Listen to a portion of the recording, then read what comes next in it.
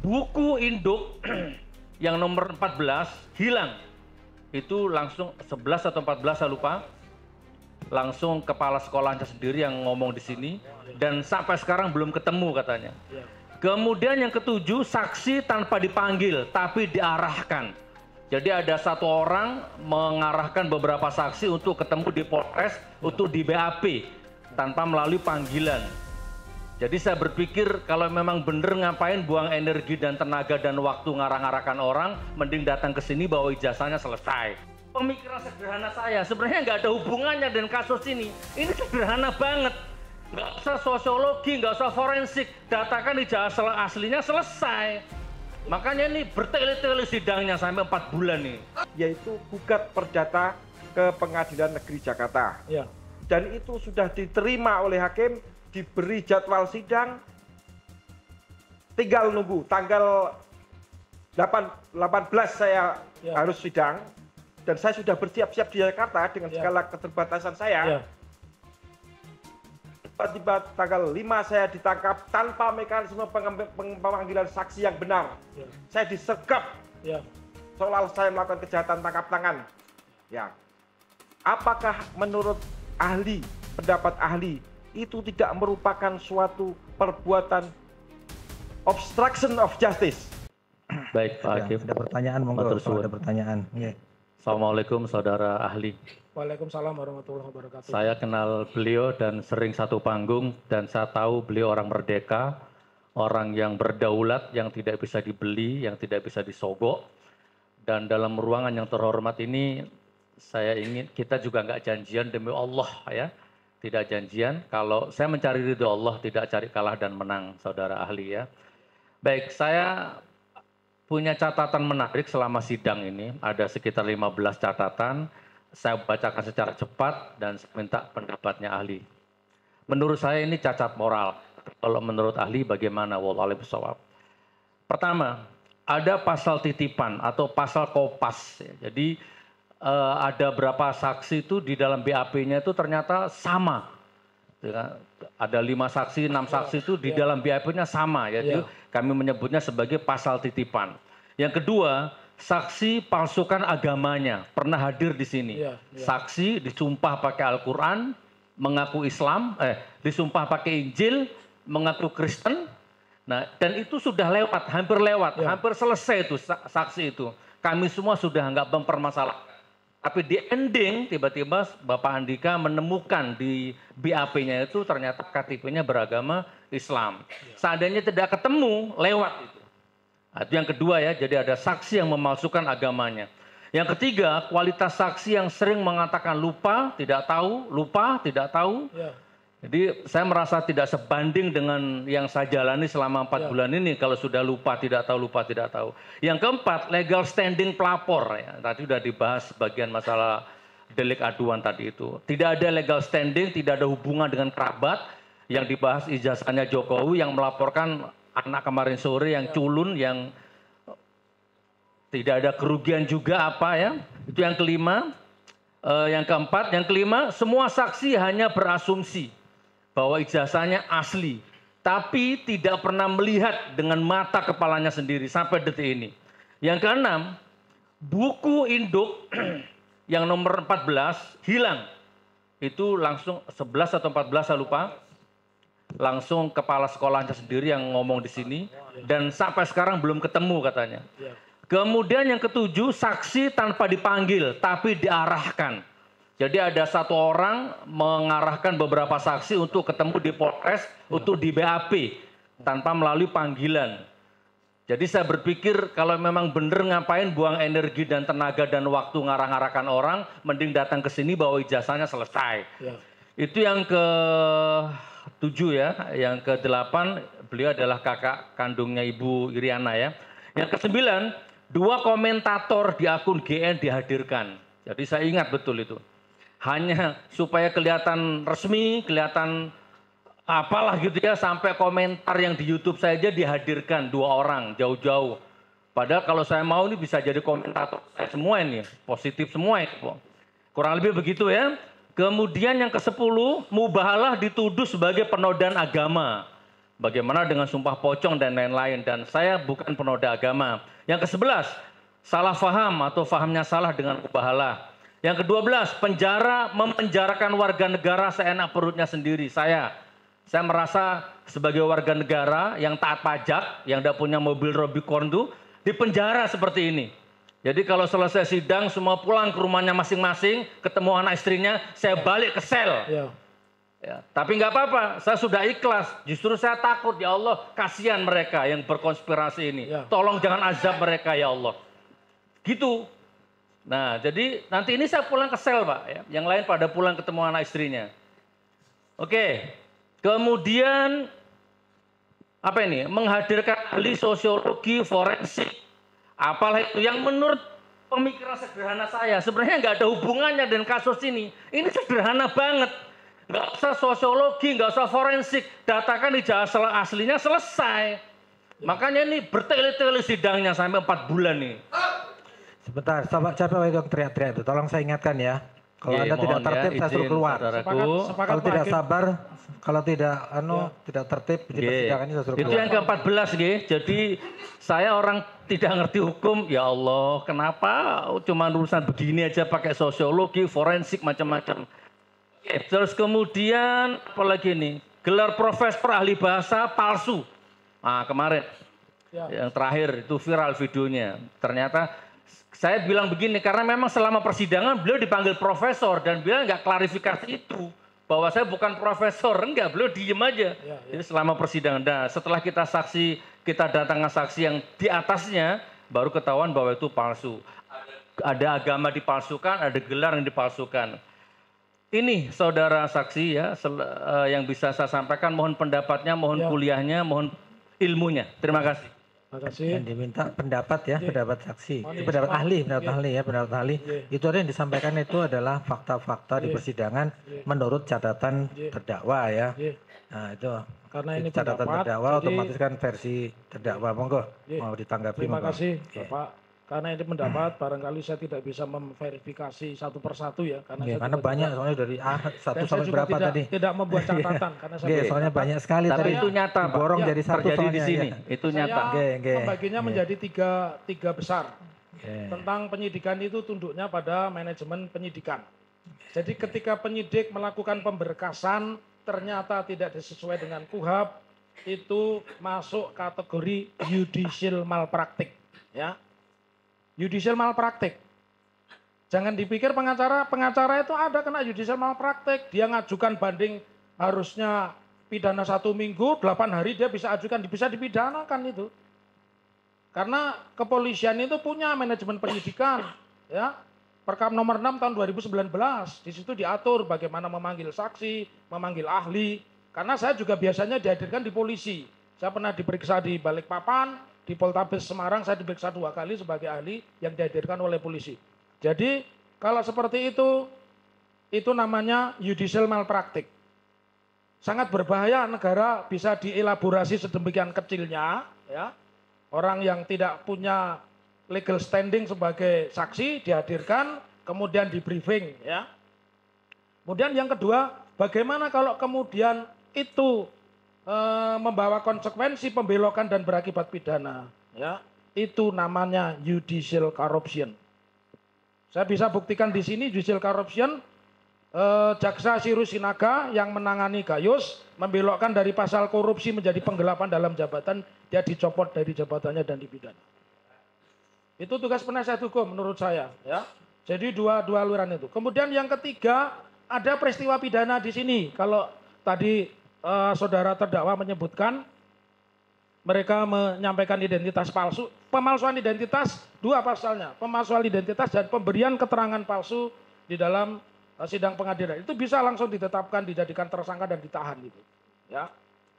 Yang terakhir saya ingin sampaikan, saya kepada diri saya sendiri, Pak Hakim, juga pada saudara terdakwa, ya saya ingin mengajak Anda semua yang muslim, mari bersama saya istighfar 3 kali.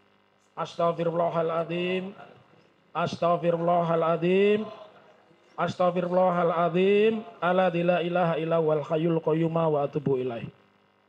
Jadi tetaplah memperjuangkan keadilan karena pengadilan itu diputus selalu berdasarkan keadilan berdasarkan ketuhanan yang Maha Esa, dan rasa cinta saya kepada hakim saya tunjukkan.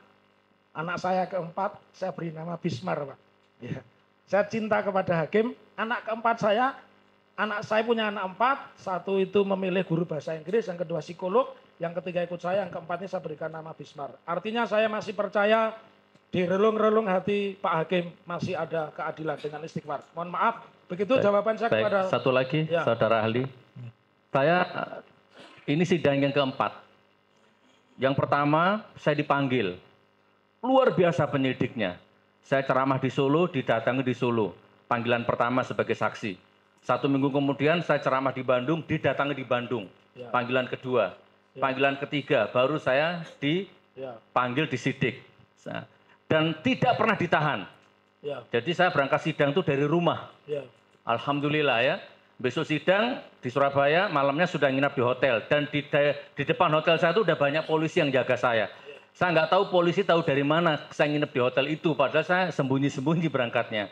Kemudian di Palu, saya juga di sidang, dilaporkan, jadi panggilan 3 kali. Bahkan penyidiknya datang ke pesantren saya. Nyidiknya di pesantren saya awal-awal. Yang kedua baru saya ke polisi, ke kantor Polda sana. Dan tidak ditahan. Nah yang ini luar biasa.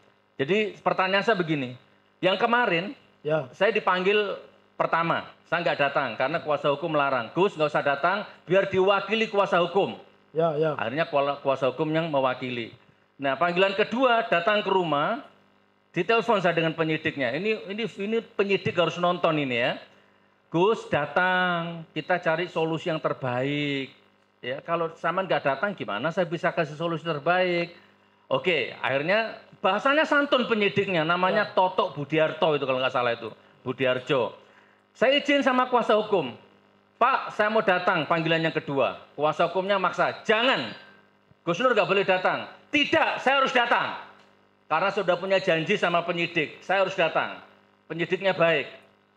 Saya sempat kontras sama kuasa hukum, akhirnya saya berangkat, saya datang.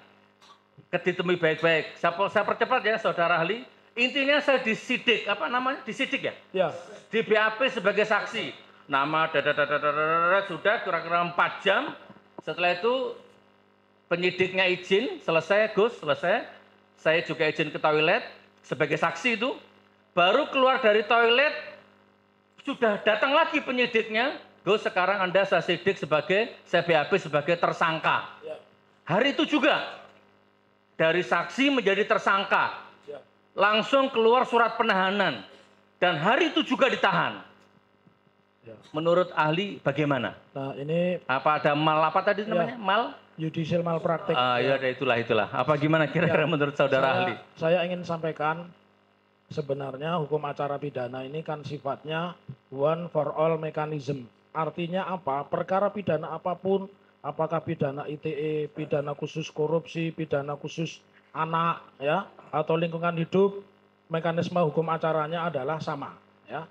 Artinya siapapun dia kalau memang bisa ditangguhkan dia tetap berhak mendapat penangguhan penahanan. Artinya kalau dia memang bisa tidak ditahan dia juga tetap tidak ditahan ya. Artinya kalau dia memang berdasarkan alasan tertentu itu bisa dilakukan pengalihan penahanan, tahanan kota tahanan rumah itu memang dilakukan. Tetapi pertanyaannya memang subjektivitas tentang seseorang menghilangkan barang bukti itu sangat tinggi. Nah, sementara kalau saudara terdakwa tanya kepada saya, sebenarnya argumen itu tidak tepat.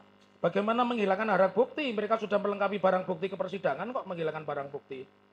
Jadi mainstream kita harus dirubah.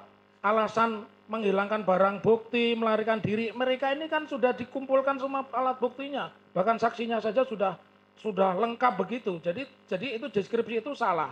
Lalu kalau masih terjadi praktek di mana subjektivitasnya lebih tinggi, satu perkara yang sama ini dihukum dengan hukuman berat, satu perkara yang sama dia tidak dikenakan penahanan, ya. Kita bisa lihat misalkan Jaksa Pinangki, kita bisa lihat misalkan Putri Chandrawati dan sebagainya awal-awal. Tapi tekanan legal media atau tekanan masyarakat lewat media akhirnya kedua orang itu dilakukan penahanan. Bahkan kita lihat AKBP ya, AKBP yang pacarnya Angelina Sondakh Brotoseno sudah dihukum korupsi, masih jabat AKBP. Itulah yang disebut judicial corruption, dan itulah kalau namanya praktek disparitas pidana. Apa disparitas pidana? Orang dibedakan perlakuan. Dulu disparitas pidana itu hanya ada di wilayah hakim. Sekarang disparitas pidana itu sudah mulai di penyidikan. Jadi orang ini boleh dihukum, orang ini boleh ditangkap, orang ini boleh tidak dihukum, boleh tidak ditangkap. Itu kritik terbesar. Ya. Karena oleh karena itu di dalam salah satu acara diskusi bersama Refli Harun, saya mengatakan seharusnya polisi ini dilakukan dua, revitalisasi ya, dan reorganisasi. Jadi sebetulnya lembaga penyidikan polisi supaya tidak ada TikTok jaksa dan polisi, jaksa pun direpotkan. Ke depan ini mestinya reformasi birokrasi hukum, itu mestinya ada satu lembaga sendiri, lembaga penyidikan. Jadi polisi penyidiknya kumpul di situ, jaksa penyidiknya kumpul di situ, angkatan laut kumpul di situ, militer kumpul di situ, lingkungan hidup kumpul di situ. Itu gagasan. Dan itu pernah saya presentasi ketika saya diundang dalam satu ceramah oleh KPK yang menghadirkan juga KPK dari Korea. Ya. Jadi mekanismenya karena saya pendapat itu saya ulang sekali lagi, itulah yang disebut disparitas pidana, perbedaan perlakuan, dan penahanan atau tidak itu alasannya subjektif. Kemudian ketika orang dengan seenaknya merubah-rubah pasal, itu yang disebut judicial corruption. Dan ketika orang menjalankan KUHP secara tidak benar, itulah namanya judicial malpraktik. Terakhir saudara ahli ya, terakhir satu kali lagi. Ya. Saya sempat protes dengar penyidik, Pak nggak boleh begini dong. Saksi, tersangka ditahan. Saya punya anak, punya istri, nggak boleh begini. Ya. Saya sudah mengadakan gelar perkara, termasuk dengan MUI. Penyidiknya bilang begitu. Ini di live kan, nggak mungkin saya bohong. Silakan tonton. Penyidiknya bilang begitu. Saya sudah konsultasi dengan MUI, dan ini memang Anda menista agama. Begitu saya sampaikan ke kuasa hukum langsung ke MUI. Ya, entah berapa kali waktu itu kita viralkan videonya dan tidak pernah ditemui dengan MUI. Dan MUI mengatakan tidak ada istilahnya mubahalah penista agama, tidak ada. Ini fakta. Ya. Intinya sampai sekarang sekarang di rutan Makobrimob. Begitu penjelasan yang terakhir saya tutup sebelum saya serahkan ke Mas Bambang. Penjelasan terakhir saya, kalau tidak salah dulu yang memberikan keterangan ahli saudara juga saya ya. Iya, di Palu, di Surabaya. Di Palu dan di Surabaya saya tetap berharap bahwa karena kita keadilan berdasarkan ketuhanan Yang Maha Esa, saya ingin setiap orang di ruangan ini mewarisi nilai keadilan berdasarkan ketuhanan Yang Maha Esa menurut keyakinan masing-masing. Jadi ketika dia menuntut, ketika dia memutus, dia selalu di atasnya adalah ketuhanan Yang Maha Esa. Dan kalau kita cari rumusannya, kita kembalinya ke pasal 29 ayat 1 Undang-Undang Dasar 1945. Harapan saya atas apa yang saudara sampaikan, saudara nanti punya upaya untuk merehabilitasi dengan melakukan gugatan perbuatan melawan hukum ya. Karena mekanisme kita ini dibatasi oleh peradilan ya. Tetapi Anda bisa lewat mekanisme gugatan perbuatan melawan hukum atau secara terbuka melakukan satu praktek eksaminasi, atau yang lebih canggih lagi bisa melakukan uji materi atau judicial review atas pasal-pasal yang menurut tafsiran saudara itu pasal itu melanggar asas one for all mechanism ya, itu nanti bisa digugat di Mahkamah Konstitusi. Itu harapan saya. Dan super terakhir, mudah-mudahan Anda mendapatkan keadilan di ruang yang disebut pengadilan. Terima kasih Pak Agung. Dari Pak Bambang Tri ada pertanyaan nggih? Pertanyaan. Ya, saya punya pertanyaan satu aja. Ya. Jadi saya lebih percaya kepada kata-kata yang tak terucapkan. Ya. Jadi saya bertanya kepada saudara ahli. Ya. Satu saja tadi terpicu oleh kalau ada masalah dengan buku, ya jawablah dengan buku. Betul. Saya murni semua keterangan saya, semua informasi saya sudah lebih dulu saya bukukan. walaupun belum terbit. Nah, terus kemudian secara hukum, karena bagaimanapun ini akan berakibat ke masalah hukum, saya sudah melakukan apa yang dinasihatkan oleh para ahli, yaitu gugat perdata ke Pengadilan Negeri Jakarta. Dan itu sudah diterima oleh hakim, diberi jadwal sidang, tinggal nunggu tanggal 18 saya harus sidang, dan saya sudah bersiap-siap di Jakarta dengan segala keterbatasan saya. Tiba-tiba tanggal 5 saya ditangkap tanpa mekanisme pemanggilan saksi yang benar. Saya disergap seolah saya melakukan kejahatan tangkap tangan. Apakah menurut ahli, pendapat ahli, itu tidak merupakan suatu perbuatan obstruction of justice? Yang saya pikirkan itu, Bapak yang dilakukan polisi itu mengganggu proses peradilan yang sedang berlangsung di pengadilan lain di Indonesia.